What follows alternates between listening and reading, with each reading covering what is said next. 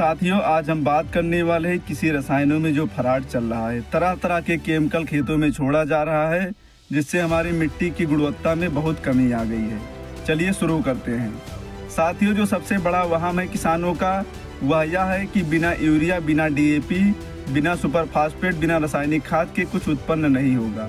लेकिन ये बिल्कुल भी गलत बात है, क्योंकि फसल को उत्पन्न होने में इसका कोई योगदान नहीं है। फ्रॉड यह है कि यूरिया, डीएपी, सुपर जितना भी डाला जाता है उसका 1 भी टका काम में नहीं आता। 99% जो है वह यूजलेस चला जाता है। इसका कारण यह है कि जब भी हम बीज डालते हैं खेत में, तो बीज में अंकुरण होता है। अंकुरण धीरे धीरे पौधा बनता है और पौधा बड़ा हो जाता है। पौधा जब अंकुरित होता है और अंकुरित होने से 20-25 दिन के अंदर उसमें कैनापी मीन्स जो हरे हरे पत्ते आ जाते हैं।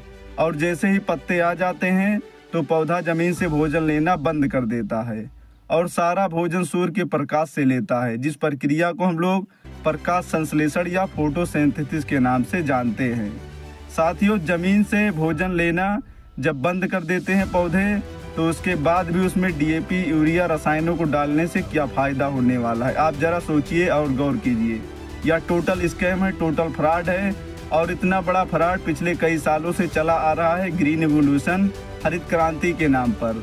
और जब कुछ विद्वान लोगों ने वैज्ञानिकों से पूछा कि इतना बड़ा फ्रॉड चल रहा है और इस पर आप लोग चुप हैं, तो साइंटिस्टों ने जवाब दिया कि यह आपका बात जो आपने कहा वह सही है, लेकिन जो चल रहा है ये रसायन बनाने वाली बड़ी बड़ी कंपनियां हैं, इनका कमीशन ऊपर से नीचे तक बंट रहा है, नेताओं से अधिकारी तक। इसलिए यह स्कैम है, फ्रॉड है, चल रहा है। जब साइंटिस्टों में भी यह बांटा जा रहा है, तो साइंटिस्ट नए नए आविष्कार कर रहे हैं रसायनों से संबंधित। हिंदुस्तान को छोड़कर दुनिया के सभी वैज्ञानिक ने यह सिद्ध भी कर दिया कि जितना यूरिया, सुपर फास्फेट जमीन में डाला जाएगा उसका 99% वेस्ट चला जाएगा। और इससे मिट्टी के जो पीएच मान है वह 7 होता है, उसको भी, पीएच मान को भी यह डिस्टर्ब करता है और मिट्टी के अणुओं को तोड़ देता है, जिससे हमारी मिट्टी की गुणवत्ता खराब हो जाती है। और जैविक खेती जो है, हरे जो गोबर के खाद होते हैं और जितने भी हमारे पास उपलब्ध हैं जैविक खेती से संबंधित मटेरियल, उसको अपने खेत में यूज करना चाहिए।